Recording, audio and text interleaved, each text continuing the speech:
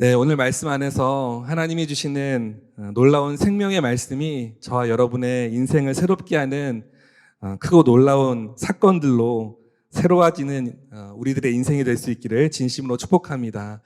오늘 말씀을 나누기 이전에 요한복음 말씀을 한번 보기를 원하는데요.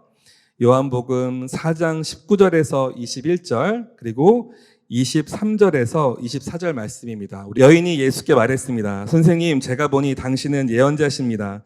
우리 조상들은 이 산에서 예배를 드렸는데 당신네 유대 사람들은 예배는 예루살렘에서만 드려야 한다라고 말합니다. 예수께서 여인에게 말씀하셨습니다. 여인아, 나를 믿어라. 이제 이 산도 아니고 예루살렘도 아닌 곳에서 아버지께 예배 드릴 때가 올 것이다. 이제 참되게 예배하는 사람들이 영과 진리로 아버지께 예배드릴 때가 오는데 지금이 바로 그때다. 아버지께서는 이렇게 예배드리는 사람을 찾고 있다. 하나님은 영이시니 하나님께 예배드리는 사람은 영과 진리로 예배드려야 한다. 아멘. 우리가 너무나 잘 알고 있는 말씀이죠. 사마리아 여인이 예수님에게 예배 장소에 대해서 묻고 있는 부분이에요. 어디에서 예배를 드려야 합니까? 21절에 보니까 예수께서 여인에게 말씀하셨습니다. 여인아, 나를 믿어라. 이제 이 산도 아니고 예루살렘도 아닌 곳에서 아버지께 예배 드릴 때가 올 것이다. 참되게 예배하는 사람들이 영과 진리로 아버지께 예배 드릴 때가 오는데 지금이 바로 그때다. 자, 여러분, 저는 이 말씀이 지금의 저희들에게 주시는 말씀이라고 생각이 듭니다. 어디에서 예배 드리는가? 이것은 두 번째 문제인 것 같아요. 어떠한 마음의 태도로 예배를 드리는가? 이것이 예수님이 가지고 계시는 가장 중요한 화두였던 거예요. 이 여인에게 그리심산에서 예배를 드려야 합니까? 예루살렘에 가서 예배를 드려야 합니까? 묻고 있는 이 여인에게 아니, 장소가 중요한 것이 아니다. 하나님께 예배 드리는 사람은 영과 진리로 예배 드려야 한다. 너의 마음의 태도가 어떤지가 더 중요하다. 이것이 결론이에요. 여러분, 저와 여러분이 지금 어느 곳에서 예배를 드리고 있든지 간에 반드시 이 말씀을 기억해 주시기를 바라요. 여러분이 내가 예배를 제대로 드리고 있는가, 그렇지 않은가를 분별할 때는 장소가 어딘가는 중요한 것이 아닙니다. 그 기준으로 삼아야 할 말씀이 바로 오늘 이 말씀이라고 생각이 듭니다. 내가 영과 진리로 예배를 드리고 있는가. 예배를 드리기 전에 나의 예배를 위해서 기도하면서요. 그리고 지금 예배를 드리시면서도 예배를 위해서 기도하시면서요. 예배를 드리는 나의 모습이 영과 진리로 예배를 드리고 있는가. 성령님과 말씀 안에서 예배를 드리고 있는가 끊임없이 묻고 또 묻는 태도로 예배를 드리셨으면 좋겠어요. 하나님께서는 이렇게 예배 드리는 사람을 찾으시고 그 예배를 기뻐하실 줄로 믿습니다. 네. 마음 가운데서는 교회 안에서 빨리 예배를 드리고 싶고 함께 모여서 예배를 드리고 싶고 다 같이 모여서 뜨겁게 기도하며 예배를 드리고 싶은 마음 너무나 공감하고 저도 그것을 간절히 바라지만 이제 정말 예배에 대한 본질을 추구해야 될 때가 아닌가 싶어요. 우리가 예배에 대해서 정리할 것들이 여러 가지가 있을 줄로 믿습니다. 장소에 대한 것도 마찬가지일 거예요. 그런데 그동안 교회에만 집중된 예배, 본당에만 집중되어 있었던 예배, 아니면 특정한 어떤 곳에서 드리는 예배에 대한 인식이 있었다면 조금은 그것을 깨어보는 시간이 되었으면 좋겠습니다. 네, 이제 곧 다시 다 같이 모여서 예배 드릴 때가 올 것이에요. 모든 것이 종식되고 코로나 사태가 끝나고 정말 우리가 자유롭게 예배할 때가 올 것입니다. 하지만 이 여인의 물음처럼 그리심산에서 드리는 예배가 맞습니까? 예루살렘에서 드리는 예배가 맞습니까? 더 이상 이 질문은 중요하지 않다라는 거예요. 다시 우리가 모였어도 우리에게 정말 중요한 것은 우리가 영과 진리로 성령님과 말씀 안에서 예배를 드리는가가 더욱 중요한 것입니다. 여러분, 이것을 꼭 기억하시고 이 코로나 시기를 보내고 있는 이 시간 가운데 예배에 대해서 정리할 때 하나님이 정말 기뻐하시는 예배가 무엇인가? 나의 태도와 중심이 있는 바로 그 예배를 더 원하신다라는 것을 기억하시기를 바라요. 저는 이 코로나 사태는 하나님이 허락하신 일이라고 믿습니다. 네, 제가 해석하는 하나님의 일은 두 가지예요. 하나님이 직접 하신 일, 그리고 하나님이 허락하신 일. 이 코로나 사태도 하나님이 허락하신 일이라고 저는 믿습니다. 그리고 이 이유가 반드시 있을 것입니다. 여러 가지 이유들 중에서 저와 여러분, 우리 크리스찬들의 영적인 체질을 새롭게 하시기 위한 하나님의 뜻과 목적이 있을 거라 믿습니다. 우리가 다이어트를 할 때요, 쉽지 않고 힘들지만 식단을 조절하면서 운동을 하는 이유는 우리의 몸을 더 건강하게 하고 잘못된 식습관을 고침으로써 체질을 개선하여서 건강하지 못했던 과거의 모습에서 탈피하고자 하는 것이잖아요. 우리의 영적인 체질을 바꾸는데도 비슷한 비유를 적용할 수 있을 것 같아요. 영적인 식단을 조절하고 영적인 근육을 키우는 조금은 고통스러운 시간이 여러분 필요할 것입니다. 체질을 바꾸는 데는요, 그만큼의 대가 지불이 필요해요. 여러분, 정말 영과 진리로 예배를 드리는 데는요, 대가 지불이 필요합니다. 나의 중심과 나의 태도와 나의 마음을 정말 전부 드릴 수 있는 것인가? 여러분, 이 시기에 잘 체크해 보시기를 바라요. 이 시간들을 잘 보낸다면 우리의 영혼, 육은 더 큰 시련이 닥쳐도 능히 이겨낼 수 있는 아주 건강한, 영적으로 건강한 모습으로 새로워질 줄로 믿습니다. 아멘. 그리하여서 지금 영상으로 예배를 드리시는 분들 자세를 바로 하시고 옷을 좀 정비하시고 태도를 똑바로 하시고 말씀 앞에 거룩하고 경건한 자세로 앉아 계시기를 바랍니다. 저와 여러분의 하나님이 바로 지금 이 자리에서 살아 역사하고 계실 줄로 믿습니다.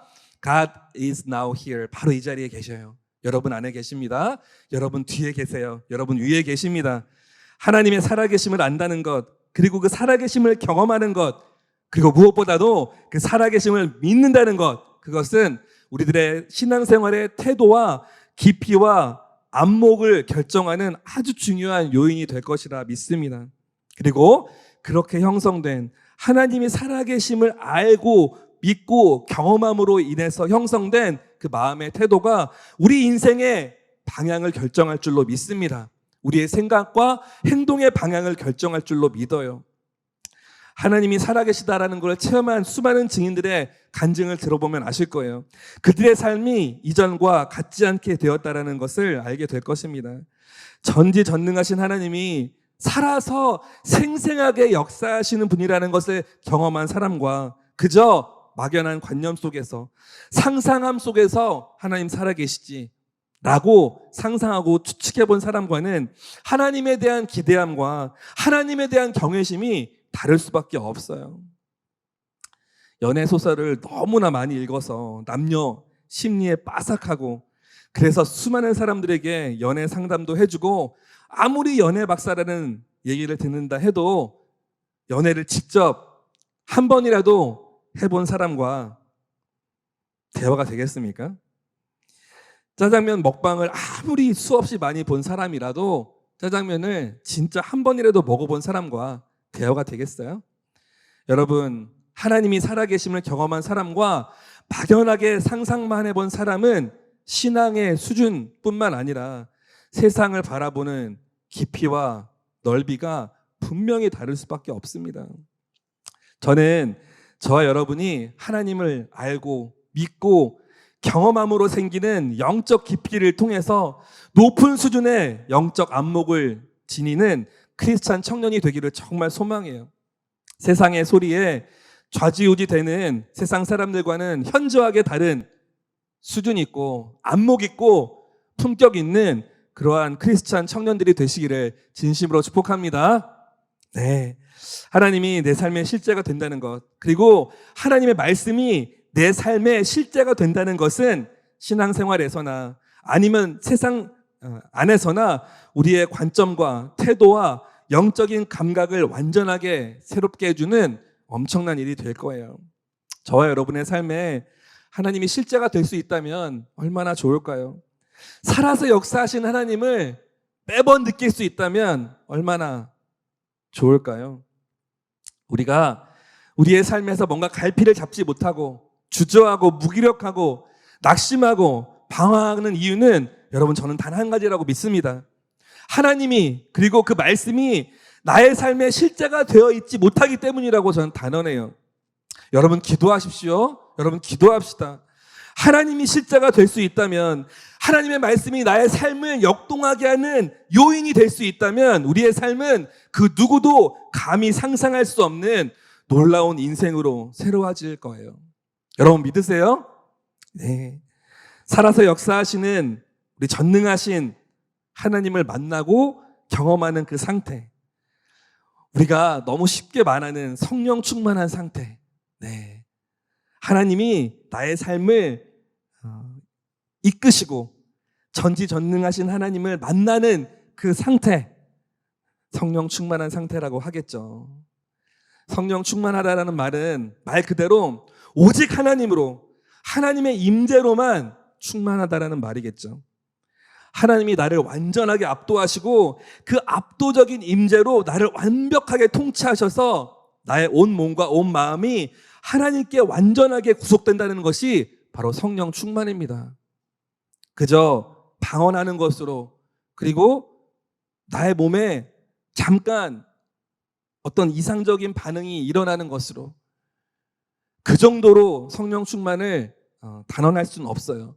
더 깊이 나의 삶을 압도하시고 나를 완전하게 통치하시고 나의 온 마음과 몸이 하나님께 완전하게 구속된다는 것, 그것이 성령 충만입니다. 하나님으로 충만하다는 말, 하나님의 실제를 경험하게 된다는 것이겠죠. 하나님을 실제로 경험한다는 것, 이 성령 충만. 여러분은 하나님이 여러분을 완벽하게 통치하시기를 원하십니까? 압도적인 임재와 기름 부음으로 여러분의 삶을 이끄시기를 바라세요? 네, 저는 정말 간절히 원하고 간절히 바라요. 그것이 내 삶이 완전히 하나님이 원하시는 삶으로 바뀔 수 있는 유일한 길이기 때문입니다. 내 삶이 새로워지고 변화되길 원하는 저의 진심이 성령 충만함으로 새로워지기를 너무나 원해요. 여러분은 어떠신가요? 제가 정말 좋아하는 말씀인데요. 요한 1서 2장 27절에 성령의 충만함을 경험한 사람의 모습이 나옵니다. 기름 부음이 넘치는 자의 모습. 요한 1서 2장 27절 한번 말씀 보겠습니다. 시작. 너희는 주께 받은 바 기름 부음이 너희 안에 거하나니 아무도 너희를 가르칠 필요가 없고 오직 그의 기름 부음이 모든 것을 너희에게 가르치며 또 참되고 거짓이 없으니 너희를 가르치신 그대로 주 안에 거하라. 아멘. 아무도 우리를 가르칠 필요가 없어요. 성령의 충만함이 우리 가운데 거하면 하나님이 말씀하시고 생각하시는 대로 우리가 자연적으로 움직일 수밖에 없다고 저는 믿습니다. 그 기름 부음, 우리를 압도하시고 우리를 완전하게 구속하시는 그 기름 부음이 우리 안에 거할 때 그 누가 이래라 저래라 이렇게 하는 것이 맞다, 저렇게 하는 것이 맞다고 말하기 이전에 하나님의 뜻에 가장 합당한 생각과 행동으로 우리 자신이 변화될 줄로 믿습니다. 그런데 여러분, 우리가 꼭 알아야 할 것은요, 우리가 이렇게 간절히 원하는 만큼, 아니 그 이상으로 하나님도 우리에게 충만하게 성령을 부어주시기를 원하신다라는 거예요. 하나님은 얼마든지 우리에게 하나님의 기름 부음을 넘치도록 부어주실 수 있는 분이십니다. 그것을 원하고 계시고요. 우리가 받기 원하는 만큼, 아니 그 이상 하나님이 원하는 만큼의 수준으로 하나님이 기름 부음을 우리에게 허락하실 거예요. 그런데 이게 너무 아이러니 아닙니까? 우리는 받기를 너무 원하고 하나님은 주기를 너무 원하시고, 그런데 우리는 왠지 받는 것 같지 않고 충분하게 부어지는 것 같지 않는 이 상황들, 이 기이한 현상들이 왜 자꾸 일어나는 걸까요? 저는 그것을 우리가 가지고 있는 성령님에 대한, 그리고 성령 충만에 대한 어떤 오해가 있지 않을까라고 생각합니다. 성령님은 인격적으로 역사하시는 분이기 때문에 나의 마음이 준비가 되어 있지 않으면 임하실 수 없는 분이에요. 그래서 끊임없이 하나님은 우리에게 물으십니다. 내가 정말 너를 통치하길 원하냐? 내가 정말 너의 왕이 되길 원하냐? 내가 정말 너를 압도하기를 원하냐? 나의 충만함 가운데 거하기를 원하냐? 네. 부분적으로 원하고 내가 원하는 만큼 거하는 정도가 아니라 하나님이 물으시는 것은 내가 줄 수 있는 만큼 너에게 주기를 원하는데 너야말로 정말 그것을 원하냐? 라고 물어보시는 거예요. 우리가 하나님에게 나의 삶에 대한 주도권을, 그리고 통치권을 내어드리면 성령님은 우리 안에서 우리가 상상하는 것 이상으로 충만하게 임하시고 역사하실 준비가 되어 있으신 분입니다. 요한계시록 3장 20절 우리가 너무나 잘 아는 말씀이죠. 볼지어다 내가 문 밖에 서서 두드리노니 누구든지 내 음성을 듣고 문을 열면 내가 그에게로 들어가서 그와 더불어 먹고 그는 나와 더불어 먹으리라. 여러분, 문은 저와 여러분 우리 자신이 열어야 하는 거예요. 우리의 의지적인 결단이 필요합니다. 우리의 의지적인 행동의 모습이 필요해요. 그저 알아서 해주세요. 알아서 오세요. 이것은요, 여러분 연약한 자의 말이 아니라 교만한 자의 말입니다. 하나님, 내가 나의 마음을 열어보겠습니다. 어떻게 여는지 잘 모르겠지만 하나님 지혜 주시면 내가 나의 마음과 생각에 최선을 다해서 나의 마음을 조금이라도 열어보겠습니다.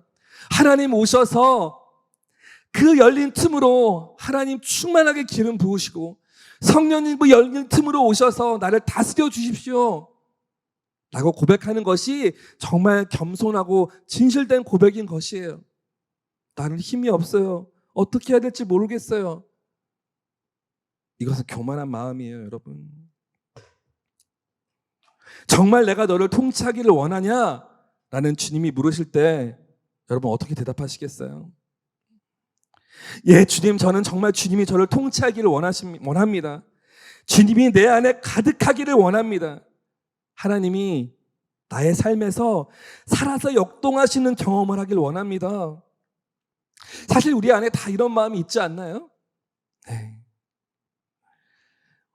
우리들의 이런 진심의 간구, 정말 절실한 기도의 소리를 들으시고요, 성령님이 임하시고 하나님의 사랑과 임재의 충만함을 경험하게 되면 그야말로 말 그대로 성령 충만한 삶을 살게 되는 것이겠죠. 성령 충만하게 된 우리를 성령님이 아주 적극적으로 우리를 이끄십니다. 우리의 삶이 비로소 성령님과 동행하는 삶이 되는 것이죠. 그런데 여기에서 또 하나 성령 충만에 대한 오해가 없기를 바라는데요. 성령 충만을 경험했어요. 너무나 기쁘고 감사한 마음으로 내 마음 가운데 만족함이 충만합니다. 그러면 이제 우리는 우리 앞길에 고생은 끝났고 모든 일들은 다 해결될 것이고 걱정과 근심과 두려움은 사라질까요? 아니요, 여러분.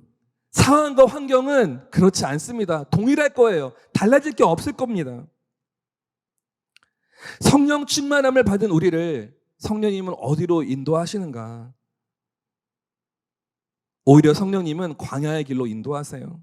그리고 누구를 만나게 하시는가? 오히려 성령님은 사단 대적 앞에 우리를 세우십니다.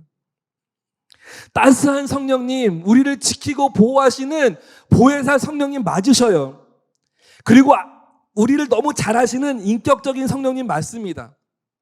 하지만 성령님이 우리를 완벽하게 통치하시고 주님의 임재를 우리를 충만하게 채우시고 우리의 간절한 소망이 성령 충만이라는 바로 그 소망이 이루어졌을 때 우리를 이끌고 어디로 가시는가? 광야로 가신다는 거예요. 그리고 그렇게 피하고 싶었던, 제발 만나고 싶지 않았던 사단 대적을 만나게 하신다는 겁니다. 이것도 너무 아이러니하고 당황스러운 일일 수 있겠죠? 여러분, 우리가 너무나 잘 아는, 너무나 많이 불렀던 찬양의 가사 우리가 모두 알고 있을 거예요. 따스한 성령님 마음으로 보내 내 몸을 감싸며 주어지는 평안함 만족감을 느끼네. 사랑과 진리의 한 줄기 빛보내 내 몸을 감싸며 주어지는 평안함 그 사랑을 느끼네. 이 찬양의 가사로만 들어보면요, 그저 우리의 인생이 아주 따뜻하고 행복하고 평화로울 것 같은 가사예요.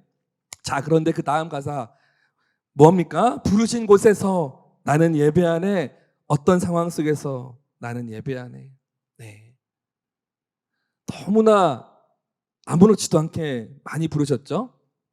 그런데 과연 어디로 부르실 줄 알고 어떤 상황에 처하게 하실 줄 알고 이 찬양을 그렇게 은혜롭게 불렀습니까, 여러분? 네. 정말 부르신 곳에서 여러분 예배할 수 있겠어요? 어떠한 상황 속에서도 여러분 예배할 수 있겠습니까? 여러분, 우리가 가진 힘과 기술과 능력으로는 불가능합니다. 우리가 처하는 수많은 상황 속, 우리가 만나게 되는 수많은 사람들 앞에서 어떠한 상황이 펼쳐질 줄 알고 부르신 곳에서 나는 예배하네. 어떤 상황 속에서도 나는 예배하네. 이 찬양을 이렇게 아무렇지도 않게 불렀을까요? 네. 성령님은 내 안에 따스한 성령님으로 인격적으로 나를 만나주시고 그 안에 충만하게 임하여 주셔서 때로는 우리를 너무나 거침없이 광야로 데리고 가시고 너무나 거침없이 사단 대적 앞에 세워주십니다. 오늘 우리가 읽은 시편 17편의 저자 다윗처럼 말이에요. 자, 17편을 보기 전에 우리 시편 23편, 우리가 너무나 잘 알고 있는 본문이죠. 시편 23편도 한번 읽어보는 시간을 갖고 싶어요. 저와 함께 시편 23편 읽어보겠습니다. 시작. 여호와는 나의 목자시니 내게 부족함이 없으리로다. 그가 나를 푸른 풀밭에 누이시며 쉴만한 물가로 인도하시는도다. 내 영혼을 소생시키시고 자기 이름을 위하여 의의 길로 인도하시는도다. 내가 사망의 음침한 골짜기로 다닐지라도 해를 두려워하지 않을 것은 주께서 나와 함께 하심이라. 주의 지팡이와 막대기가 나를 안위하시나이다. 주께서 내 원수의 목전에서 내게 상을 차려주시고 기름을 내 머리에 부으셨으니 내 잔이 넘치나이다. 내 평생의 선하심과 인자하심이 반드시 나를 따르리니 내가 여호와의 집에 영원히 살리로다. 네, 우리가 너무나 잘 알고 있는 성경에서 가장 유명한 다윗의 시라고 할 수 있는 시편 23편이죠. 이 시를 지을 당시의 다윗의 모습, 여러분 너무 많은 설교를 통해서 알고 계실 거예요. 그저 아주 화평하고 평화롭고 너무 안정된 상태에서 부른 시가 절대 아닙니다. 가장 극단적인 고난의 상태, 가장 극단적인 어려움의 상태에 처했을 때 다윗은 이 시를 읊었던 거예요. 물론 그의 내면은 성령의 충만함으로, 오늘 5절에 나오시죠. 내 머리에 기름을 부으셨으니 내 잔이 넘치나이다 라고 말할 정도로 충만한 임재의 기름 부음이 넘칠 때였어요. 하지만 그의 상황과 그의 환경은 도저히 인간적인 힘으로는 넘어설 수 없는 아주 어렵고 곤란한 상태였다는 것입니다. 1절에 여호와는 나의 목자시니 내게 부족함이 없으리로다. 지금 주님이 다윗의 영혼 가운데 가득 채워져 계시다라는 말씀이겠죠. 정말 나의 상황과 환경이 내가 원하는 모든 것으로 다 채워졌기 때문에 이렇게 고려했을까요? 아니에요. 아주 허허벌판 광야길에 홀로 서 있는 다윗은 주님이 내 안에 충만하게 임했다라는 것만으로도, 여호와 나의 목자이신 주님, 주님이 내 안에 충만하다라는 것만으로도 내게 부족함이 없습니다라고 고백할 수 있는 거예요. 여러분, 우리가 정말 너무나 사랑하고 너무나 교제하고 싶고 너무나 만나고 싶었던 사람과 만났을 때 내 상황과 환경이 그 사람과 사랑하는 데 있어서 방해가 됩니까? 한참 시간이 지나고 눈에 비늘이 벗겨지면 이제 그 문제들이 너무 크게 부각이 되지만요. 그와 너무 뜨겁고 깊은 사랑을 나누는 바로 그 시작점에서 그와 함께 있다라는 것만으로도 나는 너무나 충분하지 않아요? 부족함이 없잖아요. 나의 어려움쯤은 능히 버틸 수 있는 거 아닙니까? 소나기가 쏟아지는 그 길가에서도 비를 맞으면서도 그녀를 기다릴 수 있는 거 아니에요? 5절에 주께서 내 원수의 목전에서 내게 상을 차려주시고, 자, 주님으로 충만한 거 너무 좋은데, 주님이 압도하시는 기름 부음 가운데 있는 거 너무 좋은데, 성령의 충만함을 경험하고 있는 이 상태가 너무 좋은데, 그 충만한 상태에서 내가 만나야 하는 것은 원수라는 거예요. 주께서 내 원수의 목전에서 상을 차려주시고, 밥을 먹어도 하필 원수 앞에서 먹어야 된다는 겁니다. 성령님에 대한 새로운 인식이 필요해요. 여러분, 성령님은 따스한 성령님으로 우리 안에 우리를 안아주시고 보호하시고 지키시는 분이기도 하지만, 여러분, 성령님은 전쟁하시는 분입니다. 성령님은 전사예요. 하나님의 이름을 더럽히고 하나님의 영광을 훼손시키는 대적들과 싸우시는 분입니다. 어디에서요? 우리 안에서. 어디로 가셔서요? 우리와 함께 광야로 가셔서요. 네. 하나님이 충만하게 내 안에 임하시고 계시다라는 것을 너무나 감격하고 감사함으로 느끼고 있는 우리를 데리고 광야로 가셔서 대적을 만나 하나님의 이름이 높임을 받을 때까지 싸우시는 분이 바로 성령 하나님이시라는 거예요. 그분의 영광을 되찾을 때까지 우리를 성령 충만으로 옷 입혀서 이기는 자로 만들어 주시는 거예요. 세상의 모든 영적 전쟁에서 승리하여서 하나님의 이름이 우리를 통해서 높임 받을 때까지 그 전쟁은 멈추지 않을 것입니다. 여러분, 성령 충만을 받으면 어느 과정을 겪게 되는지 좀 더 확장돼서 생각해 보시기를 바라요. 그저 나의 인생을 어떻게 살아야 될지에 대한 지혜가 생기고 나의 모든 상황들을 어떻게 성경적으로 해석하고 해결할 수 있을지에 대한 문제가 해결되는 정도가 아니라 성령 충만함 받은 우리는 하나님을 향해 싸우는 용사로 광야에 나갈 수 있다는 겁니다. 그런데 우리 안에서 하나님이 하나님으로 온전히 드러내려 하실 때, 우리를 통해서 완전하신 하나님의 능력을 보여주시려 하실 때 선행되는 것은 당연히 성령 충만입니다. 성령 충만함을 입은 우리들을 데리고 하나님은 하나님을 온전히 드러내실 거예요. 우리를 통해서 완전하신 하나님의 능력을 보여주실 거예요. 그런데 너무나 아이러니하게도 그때 우리의 외적인 실제의 모습은 연약한 모습일 때가 더 많다라는 사실입니다. 영적으로는 너무나 충만한데 부족함이 없는 것 같은데 육신적인 상황과 외부적인 상태는 너무나 힘든 상태일 때가 많아요. 육신은 연약하고 상황은 어려울 때, 사실 이것이 우리를 가장 힘들게 하는 것 아닙니까? 나는 지금 영적으로 충만하여서 하나님이 하시는 그 일들을 다 하고 싶은데 나의 육신은 연약하고 내가 가지고 있는 재능은 너무 없고 지식이 너무 부족하고 내가 할 수 있는 것이 아무것도 없다라고 그 생각될 때 그 괴리감이 견딜 수 없는 것 아닙니까? 예수님도 그러셨어요. 마태복음 4장에 보면 예수님이 40일 동안 금식하고 나신 이후에 성령 충만함을 입으신 모습이었지만 육체적으로는 가장 연약한 단계였습니다. 40일을 굶으셨으니까 얼마나 힘드셨겠어요. 제가 한 기도원에서 3일 정도 금식 기도를 해봤는데요. 제가 3일 동안 한 일은 너무나 부끄럽지만 예배 드리는 시간이 한 5번 있었거든요. 그 5번의 예배 드리는 시간 이외에는 정말 제자리에 누워서 잤습니다. 아무 힘이 나지 않아요. 일어날 수가 없어요. 예배당을 가는 그 길도 약간 비탈길이어가지고요. 이 길을 우리 스키 내려오듯이 이렇게 갈지자로 올라갔다니까요. 갈지자로 내려가고 3일만 굶어도 아무 힘이 안 나더라고요. 그런데 40일을 금식하고 난 뒤에 성령 충만함은 입었지만 육신적으로는 너무 연약해진 그 예수님의 모습이 나오죠. 여러분, 조금 전에도 말씀드렸지만 다윗도 마찬가지였어요. 이스라엘 왕으로 사무엘을 통해서 기름 부음을 받은 이후에 성령 충만함을 받아서 영적으로는 더할 나위 없는 상태였답니다. 이제 왕으로 기름 부음 받았으니까 이 인생이 탄탄대로처럼 펼쳐질 줄 알았겠죠? 하지만 너무나 넘을 수 없을 것 같은 큰 대적을 만나죠. 바로 사울이에요. 사울 왕의 미움을 받아서 쫓겨나 광야를 떠돌기 시작하는데 정말 기름 부음 받은 자라고는 생각할 수도 없는 어처구니 없는 신세가 되었고요.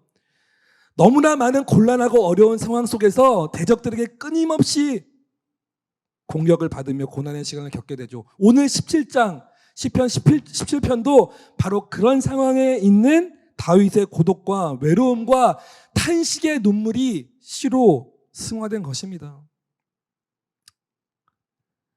지금 우리나라도 하나님 너무 믿고 즐거이 찬양하고 예배하고 성령 충만함으로 사역하고 하나님을 기뻐했던 많은 사람들 중에 이 코로나 사태를 1년이 넘도록 겪으면서요, 아주 현실적인 문제들로 큰 낙심과 좌절에 빠져 있는 사람들이 얼마나 많습니까? 여러분들 중에도 계획하고 준비하던 일들이 다 막혀버리고 이제 달릴 준비를 다 마쳤는데 한 걸음 떼어보지도 못하고 걸어보지도 못하고 있는 사람들이 있을 줄로 압니다. 나에게 은혜를 주시고 힘을 주셔서 스타트 라인에서 전력 질주를 하려고 딱 들어섰는데 뛰기는커녕 한 발자국도 움직이지 못하고 있는 청년들, 재정적인 여러 가지 어려움 속에서 난감해하고 있는 많은 청년들이 있을 줄로 압니다. 그 어려움들을 누가 알겠어요? 당사자 말고 그 어려움을 누가 이해하겠습니까? 섣불리 누가 그 마음을 이해한다고 말할 수 있겠어요? 그가 남몰래 흐르는 눈물을 누가 닦아줄 수 있겠습니까? 그런데 여러분, 내가 가장 약할 때 오히려 하나님이 그 약한 나를 이끌어서 위대하고 놀라운 하나님의 일을 이루신다는 것을 기억하시기를 바랍니다. 여러분에게 이 말씀으로 용기를 드리고 격려하고 싶어요. 내가 정말 아무것도 할 수 없는, 사방팔방이 다 막혀 있는 것 같은, 나의 몸과 나의 생각과 나의 육신으로는 도저히 무언가를 해낼 수 없을 것 같은 이 상황 속에서 그 약해 빠진 나를 통해서 하나님은 크고 위대하신 그 일들을 이루시는 분이에요. 우리는 그래도 우리가 좀 강건하고 능력이 조금이라도 있을 때, 아니면 내가 어느 정도는 그래도 준비가 되어 있을 때 스스로 감당하고 극복할 수 있는 상황에서 어려움을 만나고 대적을 만나 완벽한 승리를 경험하고 싶죠. 하지만 하나님의 전략은 그렇지 않아요. 우리가 가장 연약했을 때, 감당할 수 없을 것 같은 큰 위기에 처해서 어떻게 해야 될지 아무 생각도 나지 않고 그저 간구하는 기도만 올려드릴 수밖에 없을 때, 그때 우리 하나님 성령으로 충만하게 우리 안에 임하셔서 크고 놀라운 일을 행하시는 분입니다. 육체적인 연약함을 가지고 있었던 사도 바울에게도 고린도후서 12장 9절에 보면 이렇게 말씀하셨어요. 시작. 그러나 그분은 내게 말씀하셨습니다. 내 은혜가 너에게 족하다. 왜냐하면 능력이 약한 데서 온전해지기 때문이다. 그러므로 나는 내 약한 것들에 대해 크게 기뻐하며 자랑할 것입니다. 이는 그리스도의 능력이 내게 머물기 위함입니다. 이것이 성령님의 전략이고 하나님의 승리의 비결인 것이에요. 여러분, 하나님이 하나님의 크고 놀라운 일을 이루실 때는 우리 마음과 우리 정서에는 맞지 않지만 저와 여러분이 가장 약할 때입니다. 내 능력 반, 하나님의 능력 반. 그래서 아주 놀라운 일들, 그럴듯한 성과를 거두고 싶죠. 우리 안에. 그러면서도 하나님께 영광 돌리겠습니다 라고 말할 수 있을 것 같죠. 하지만 여러분, 저와 여러분은 죄성을 가진 인간이에요. 결론적으로는 나밖에 모르는 사람입니다. 하나님이 정말 100% 온전히 해주셔야 이거 정말 하나님이 하셨다라고 말할 수 있는 그런 존재예요.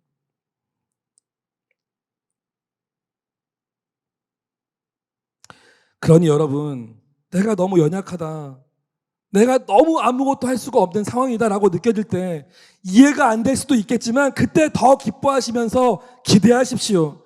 그리고 감사하면서 기다리십시오. 아, 이제 하나님이 하나님의 능력을, 하나님 자신을 온전히 드러내실 때가 되었구나 라고 확신하셔도 됩니다. 그 확신이 있기까지는 여러분의 많은 것들을 다 내려놓으시고 그 연약함을 인정하시고 하나님이 온전하게 일하실 그 마음과 그 때를 기다리셔야 해요. 빌립보서 4장 6절 7절, 저 여러분 너무 잘 아는 구절이죠. 시작. 아무것도 염려하지 말고 오직 모든 일에 기도와 간구로 여러분이 구할 것을 하나님께 감사함으로 아뢰십시오. 그리하면 모든 생각을 뛰어넘는 하나님의 평강이 그리스도 예수 안에서 여러분의 마음과 생각을 지켜주실 것입니다. 아멘. 아무것도 염려하지 말고. 그래도 걱정은 내가 좀 해야 되는 거 아닙니까? 그래도 내일인데 그래도 어느 정도 좀 양심상으로라도 염려하고 걱정해야 되는 거 아니에요? 아니, 그러면 왜 가타부타 앞뒤 말 없이 아무것도 염려하지 말고라고 하셨겠어요? 여러분 정말 말씀에 순종하기 원하신다면 말씀에 나와 있는 대로만 순종하십시오. 아무것도 염려하지 말고 그 대신에 오직 모든 일에 기도와 간구로 여러분이 구하실 것을 감사함으로 아뢰십시오. 네. 여러분 오늘 이 말씀이 여러분의 기도 생활을 새롭게 하는 말씀이 되기를 소망해요. 모든 일에 기도와 간구로 여러분이 구할 것을 하나님께 감사함으로 아뢰십시오. 그 전에 아무것도 염려하지 말고, 내 안에 염려가 단 1%라도 있다면 그건 말씀대로 행하는 것이 아니에요. 찾고 떨쳐내고 그리하면 빌립보서 4장 7절처럼 모든 생각을 뛰어넘는 하나님의 평강이 임한다 하셨습니다. 그리고 저와 여러분의 생각을 지켜준다 하셨어요. 이 말씀이 정말 여러분 어려운 상황에 있다면, 정말 낙심되고 난감한 상황 속에 있다면 이 말씀을 한번 실천해 보세요. 안 될 겁니다. 답답하고 괴롭고 초조하고 잘 안 될 거예요. 언제까지 해보냐? 될 때까지 해보는 것입니다. 오늘 본문 17편 6절에서 12절까지 읽어보겠습니다. 시편 17편, 죄송한데 읽어주세요. 시작.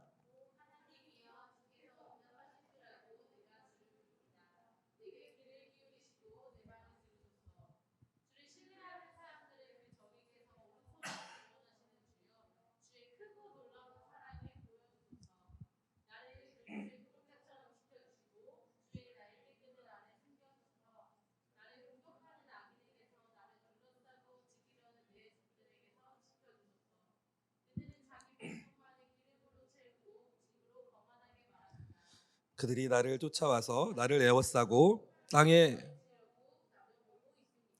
마치 먹이에 굶주린 사자 같기도 하고 웅크린 채 숨어있는 젊은 사자 같기도 합니다.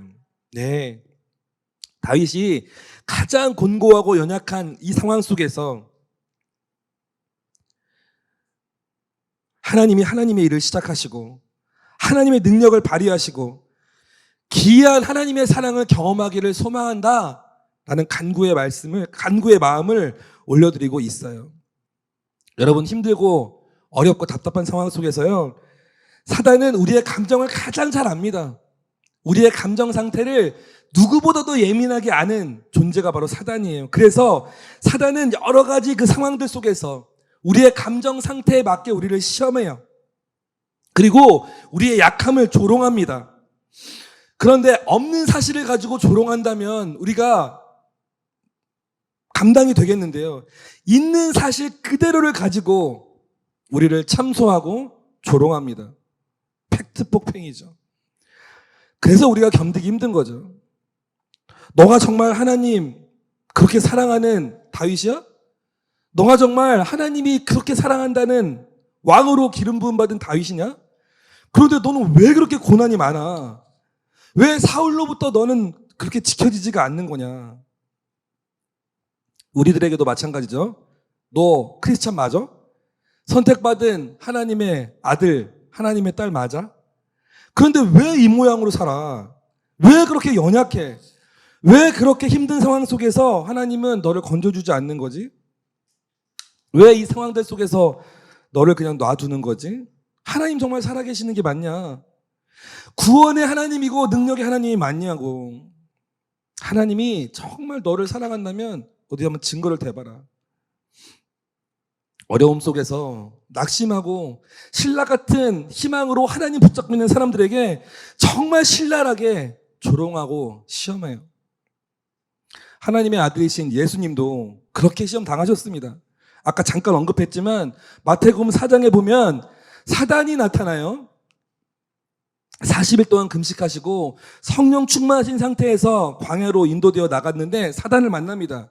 거기서 사단은 예수님에게 말해요. 당신이 하나님의 아들이라면 이라는 전제를 달고 다음 3가지 시험을 주면서 증명해 보려고 합니다.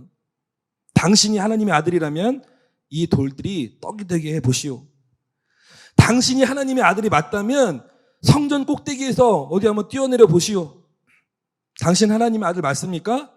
그렇다면 나에게 엎드려서 절 한번 해보십시오. 내가 이 세상 천하 만물 다 주겠습니다. 하나님의 아들인 예수님, 당신의 능력을 한번 보여줘 보십시오 라고 요구합니다. 그러면 내가 당신 하나님 아들로 인정해 주겠다는 거예요. 감히 하나님의 능력을 시험해 보겠다는 거죠. 예수님은 지금 금식 기도를 마치시고 성령에 충만한 상태에 있지만 육신적으로는 너무나 연약한 상태였어요. 하지만 영적으로는 충만했기 때문에 얼마든지 예수님의 능력을, 아니 하나님이시기 때문에, 예수님은 하나님 그분이시기 때문에 하나님의 능력을 얼마든지 보여줄 수 있는 상황인 것이었습니다. 그러나 예수님 하지 않으세요. 아무것도 하지 않으십니다. 자, 여러분 잘 기억하시기 바랍니다. 여러분, 진짜 능력은 내가 뭔가를 할 수 있어서 무엇을 하는 것에 있는 것이 아니라 오히려 하지 않는 것에 있다는 것을 기억하시길 바라요. 진짜 능력은 하지 않는 것에 있습니다. 진짜 능력은 비록 내가 조금 할 수 있어도 나에게 어느 정도 힘과 기능과 기술과 능력이 조금 있지만 그럼에도 불구하고 하지 않는 게 진짜 능력이에요. 고린도후서 4장 7절 말씀 보여주십시오. 자, 시작.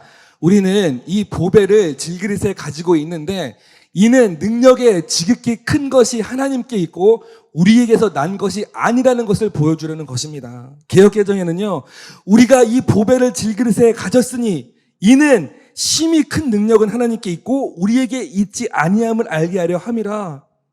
능력의 주인, 능력의 전부는 우리에게 있는 것이 아니라 오직 하나님께 있고 하나님께로부터 온다라는 사실이에요. 진짜 능력은 내가 발휘하는 조금의 어떤 것, 그것으로 능력이 드러나는 것이 아니라 온전한 하나님의 능력을 통해서 그것이 이루어질 때만 진짜 능력인 것입니다. 여러분, 우리가 얼마나 부분적이고 아주 별거 아닌 것 같은 능력으로 세상을 살려고 하는지 아세요? 저와 여러분이 가지고 있는 그 능력, 여러분을 폄하하는 것이 절대 아닙니다.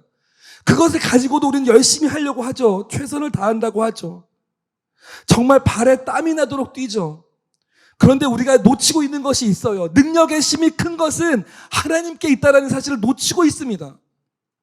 어떻게 하면 내 능력으로 이 고비를 넘길까? 어떻게 하면 내가 가지고 있는 이 작은 것으로 이 상황을 모면할까? 아니요, 정말 진정한 능력이 하나님께 있다는 것은 그저 관념이에요. 막연해요. 그 능력으로 이 어떠한 일도 해결해 본 적이 없기 때문에 그 능력이 정말 실제로 발생되는지에 대한 믿음이 없는 것이에요. 예수님 얼마든지 충분히 돌을 떡으로 되게 하라? 그게 어렵습니까? 예수님에게 어렵겠어요? 성전에서 뛰어내려라? 그게 어렵겠습니까? 천하 만물을 너에게 주겠다? 이미 내 건데? 그게 어렵겠어요? 내게 능력이 없다는 것에 대해서 여러분 좌절하고 낙심하기 이전에 이 말씀을 주장하면서 하나님, 질그릇 같은 저에게 예수 그리스도라는 보배를 주셨는데 하나님의 큰 능력이 나에게 있다는 이 사실, 이 말씀을 하나님 드러내 주십시오. 여러분 당당하게 요구하세요. 하나님이 말씀을 주신 이유는 이 말씀을 가지고 기도하면서 이 말씀대로 이루어질 것을 하나님께 요구하라는 내용입니다. 여러분이 기도할 것은요, 우리 삶에 있어서 아주 세세한 일거수일투족 여러 가지 많이 있지만요, 말씀을 가지고 말씀으로 기도하세요. 당당하게 말씀으로 요구할 때 하나님 주시지 않을 수가 없어요. 당신이 하신 말씀이기 때문에. 하나님이 하시지도 않은 말씀 가지고 왜 이거 안 주십니까? 왜 이게 되지 않습니까? 왜 나에게 이런 거 해주지 않습니까? 요구해봐야 그것은 결국 하나님의 뜻에 따라 하나님의 때에 이루어질 거예요. 이루어지지 않는 것도 있겠죠. 하지만 하나님이 주신 이 약속의 말씀은 반드시 이루어집니다. 반드시 100%. 당신의 말씀을 당신이 이루기 위해서 주신 것이 바로 성경이에요. 그렇기 때문에 여러분, 나의 상황을 가지고 기도하는 것보다 말씀을 붙잡고 기도하는 것이 훨씬 이루어질 확률이 높습니다. 높은 정도가 아니죠. 말씀을 주장하고 하나님, 심히 큰 능력 하나님에게 있으시다고 하셨는데 그것을 저에게 주십시오. 제가 알게 하여 주십시오. 당당하게 요구하세요. 이 세상은 끊임없이 우리에게 말해요. 이 혼탁하고 어지러운 세상을 왜 하나님 가만히 있냐? 왜 우리가 정말 여유 없고 넉넉하게 살 만한 세상으로 만들지 않아 주시냐? 십자가 위에서 예수님 왜 아무것도 하지 않으셨냐? 그 손가락질을 받으면서 하나님의 아들이라고 하면서도 왜 아무 능력이 없는 사람인 것처럼 그렇게 당하고 있었냐? 전지전능한 하나님이라면서 이 모든 상황들을 왜 수수방관하고 있느냐? 여러분, 하나님의 아들 예수가 해야 될 일은 하나님 아버지의 말씀을 말씀대로 지키는 일이었어요. 동일합니다. 하나님을 믿는 저와 여러분의 일은 하나님의 약속의 말씀을 끝까지 붙들고 지키는 일이에요. 제가 위대하고 놀라운 일을 행해서 하나님께 영광 돌리겠습니다. 네, 좋은 기도예요. 아주 기특한 기도입니다. 하지만 정말 하나님이 기뻐하시는 기도는 하나님, 내가 하나님이 주시는 이 말씀, 약속의 말씀들 하나님 끝까지 지키며 하나님 말씀에 순종해 보겠습니다. 나는 그와 같은 결단과 고백을 더 기뻐하십니다. 하나님 아버지의 말씀을 지키는 것이 아들인 예수가 해야 했던 일이고, 그리고 저와 여러분이 해야 할 일이에요. 능력을 발휘해서 하나님께 영광 드리는 거 하나님 원하지 않으세요.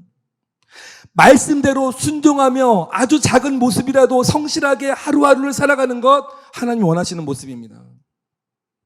제가 너무 단언합니까? 아니요. 저는 그렇게 믿어요. 돌을 떡으로 만드는 것으로 하나님의 아들임이 증명되는 것이 아닙니다. 나에게 어떠한 능력이 있어서 만천하에 보여주는 것으로 나 하나님 사람이야, 나 하나님 믿었더니 이렇게 됐어, 그것이 하나님의 영광을 드러내는 도구가 되어서는 안 된다는 거예요. 하나님의 살아계심과 예수님이 우리의 구원자이시고 우리에게 있는 능력의 어떠함으로 하나님이, 예수님이 그렇게 증명된다면 뭐 이런 긴 성경이 왜 필요하겠습니까? 하나님의 살아계심과 하나님 예수님의 구원자이심이 나의 능력을 통해서 드러난대요. 그럼 이 성경이 무슨 필요가 있어요? 그냥 도깨비 망망이 같은 거 하나 주시면 되지 않아요? 요술램프 같은 거 하나 주시면 되지 않습니까? 하나님이 우리를 통해 하기 원하시는 것, 하나님이 하나님을 드러내기 위해서 사용하는 사람은 하나님의 말씀이 우리를 통해서 이 땅 가운데 완전하게 드러나기 위해서 순종하는 사람입니다. 하나님이 저와 여러분에게 원하시는 것은 하나님의 말씀이 우리를 통해서 드러나기를 원하시는 거예요. 하나님이 쓰시는 사람은 하나님의 말씀에 순종하여서 말씀을 지키는 사람을 쓰신다는 말씀입니다. 그런데 우리는 결과적인 모습만을 보죠. 내가 잘 돼서 내가 그럴듯한 모습으로 하나님의 일을 하겠다. 아니요. 그건 우리의 생각일 뿐이에요. 하나님은 그 과정이 중요해요. 이 뒤의 모습은 하나님이 하실 몫입니다. 하나님의 일이에요. 내가 하루하루 성실한 최선으로 말씀에 순종하면서 하루하루를 살아가는 모습을 지켜나갈 때 그 구체적인 결론의 모습이 뭔지는 모르겠지만 하나님 들어서 쓰실 것이라고 확신해요. 우리가 상상하는 어느 정도의 위치 수준 그 정도가 아니라요, 세상을 다스리는 리더로 세우실 것입니다. 하나님을 모르는 사람들이 여러분의 옷자락을 붙잡고 하나님은 알려주세요, 어떻게 당신은 그런 사람이 됐습니까? 라고 와서 물어보는 사람이 될 거예요.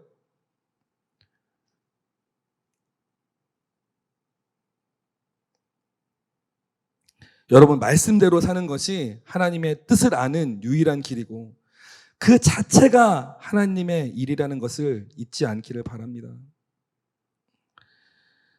사단은 하나님과 우리 관계 안에서 그 관계를 자꾸 벌어지고 깨트리기 위해서 너가 정말 하나님의 사람이면 어디 한번 하나님 능력 보여줘봐. 하나님이 정말 너를 사랑하는지 아닌지 증명해봐. 라고 우리를 속이죠.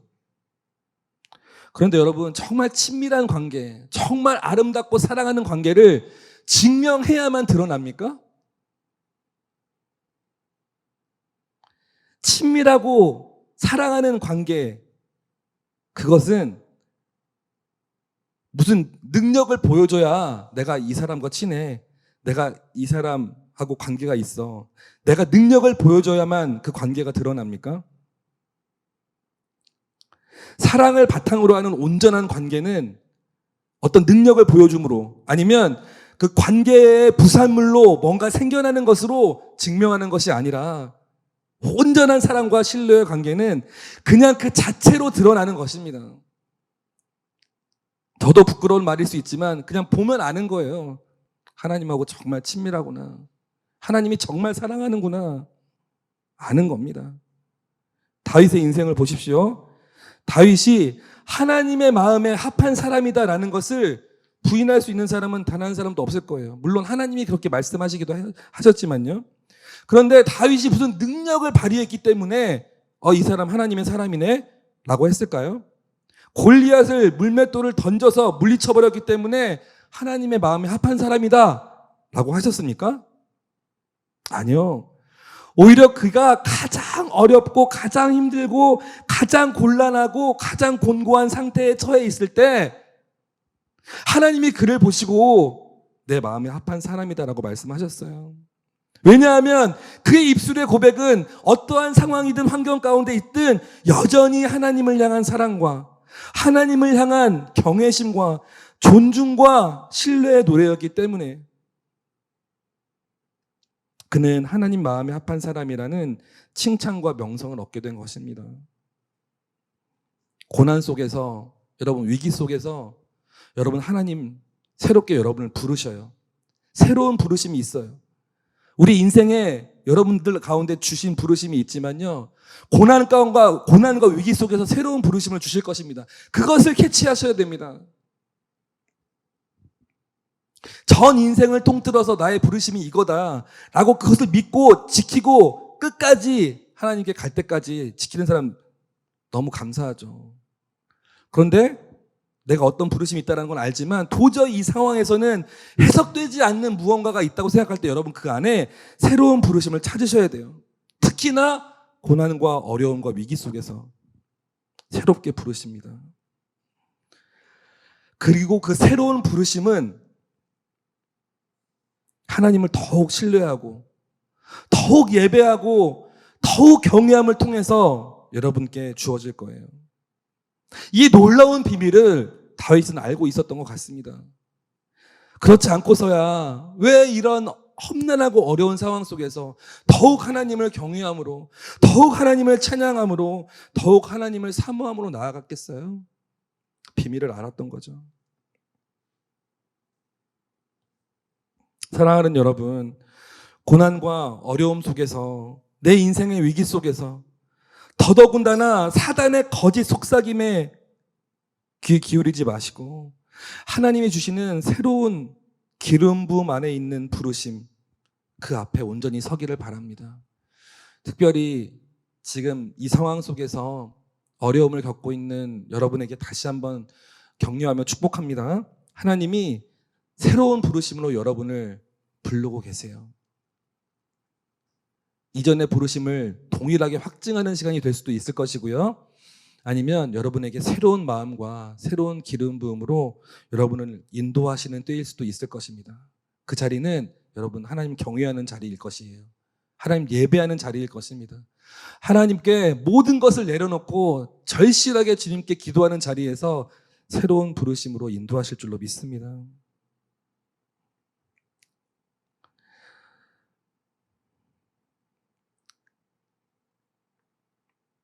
하나님을 온전히 경배하고 하나님을 예배하면 우리가 원하는 어떤 그것이 나에게 실제적으로 주어지지 않을 수도 있어요.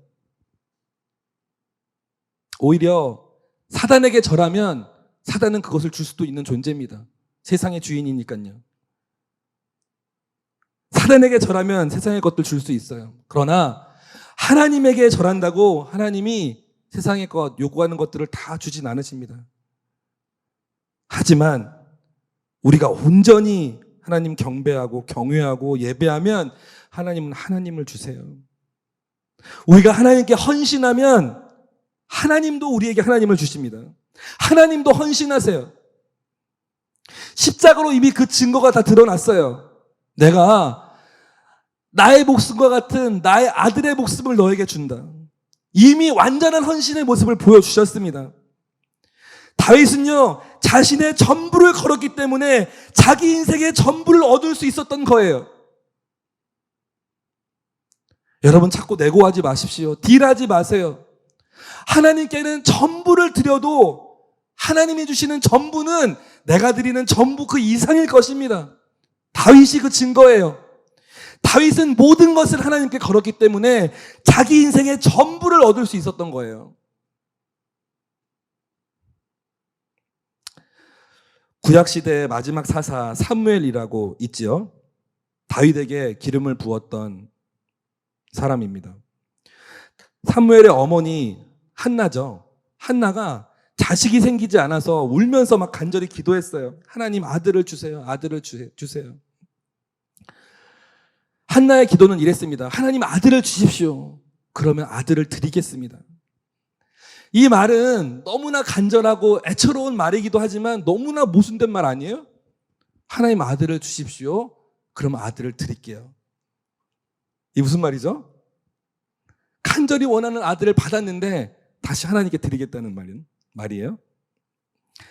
그녀가 원하는 것은 물론 자식이었어요. 아들이었지만 하지만 더 중요한 것은 그녀가 믿고 있는 하나님이 정말 살아계신 분이 맞나? 나의 정말 기도를 들으시고 나와 함께 계시는 분이 맞는가? 라는 것이 그녀에게는 더 절실한 문제였을 수도 있을 것 같아요. 그래서 아들을 주시는 것으로 하나님이 정말 살아계시다라는 것을, 나와 함께하고 계시다라는 것을 알고 싶었던 거예요. 한나가 원했던 것은 물론 아들도 원하지만 하나님 그분 자체를 원했던 거죠. 그런데 내용을 보면 제사장이 한나의 그 기도의 내용을 듣고서 한나의 기도의 모습을 보고서 하나님이 당신의 간구를 들으셨다. 이루어 주실 것이다. 라고 했고 한나는 그것을 믿음으로 취했어요. 그리고 말씀이 어떻게 나와 있냐면 그리고는 더 이상 슬픈 기색을 띠지 않았다. 라고 성경에 기록되어 있습니다. 하나님이 나에게 자녀를 주실 것이라는 확신을 얻은 이후에 일말의 의심도 없이 슬픈 기색이 띠지 않았다. 임신한 사실을 확인하고 나서 슬픈 기색이 없어졌다는 것이 아니에요. 제사장이 주는 그 한마디, 하나님이 너의 간구를 들으셨고 이루어 주실 것이다. 그 말이면 충분했던 거예요. 실제로 그녀는 아들을 갖게 됐고 그 아들 사무엘은 하나님이 더 이상 이렇게 쓰실 수 있을까? 인간적인 기준으로 이렇게 쓰실 수 있을까 싶으실 정도로 위대한 하나님의 사람이 되어서 이스라엘을 전체를 다스리는 사사가 되었죠. 도전합니다, 여러분. 이 말이 저에게도 도전이 되길 바라요. 헌신. 사역 많이 하라는 말이 아니에요. 교회 열심히 막 일주일에 8번씩 나오는 얘기가 아닙니다. 헌신. 정말 내 마음에 1%의 남김없이 하나님께 드릴 수 있는가? 전부를 걸 수 있는가?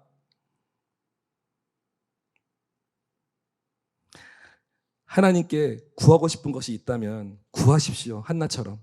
그리고 그것을 정말 하나님 영광을 위해서 쓰겠다라는 진심 또한 올려주십시오. 진심이어야 해요. 전심이어야 하고요. 내 소원 성취와 문제 해결, 그저 나 조금 이 상황을 벗어나는 것 정도로 하나님을 찾지 마시고 내 인생의 전부, 내 생애의 전부를 드려도 아쉽지 않을 만한 하나님을 내 인생의 주인으로 모시는 바로 그 일에 여러분 헌신하십시오.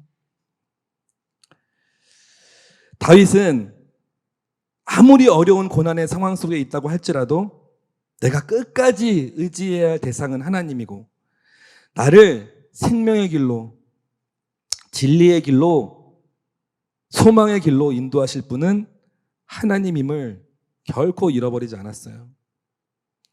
이 믿음과 확신은 어떤 상황에서도 동일했고요. 그 모든 상황 속에서 하나님의 새로운 부르심에 귀를 기울이고 순종의 응답을 드리는 그런 사람이었던 것입니다. 마지막 오늘 시편 17편 15절 말씀 한번 읽어보고 마칠게요. 17편 15절 시작. 나는 떳떳하게 주의 얼굴을 볼 것입니다. 내가 일어날 때 주를 닮아가는 것으로 만족할 것입니다. 네.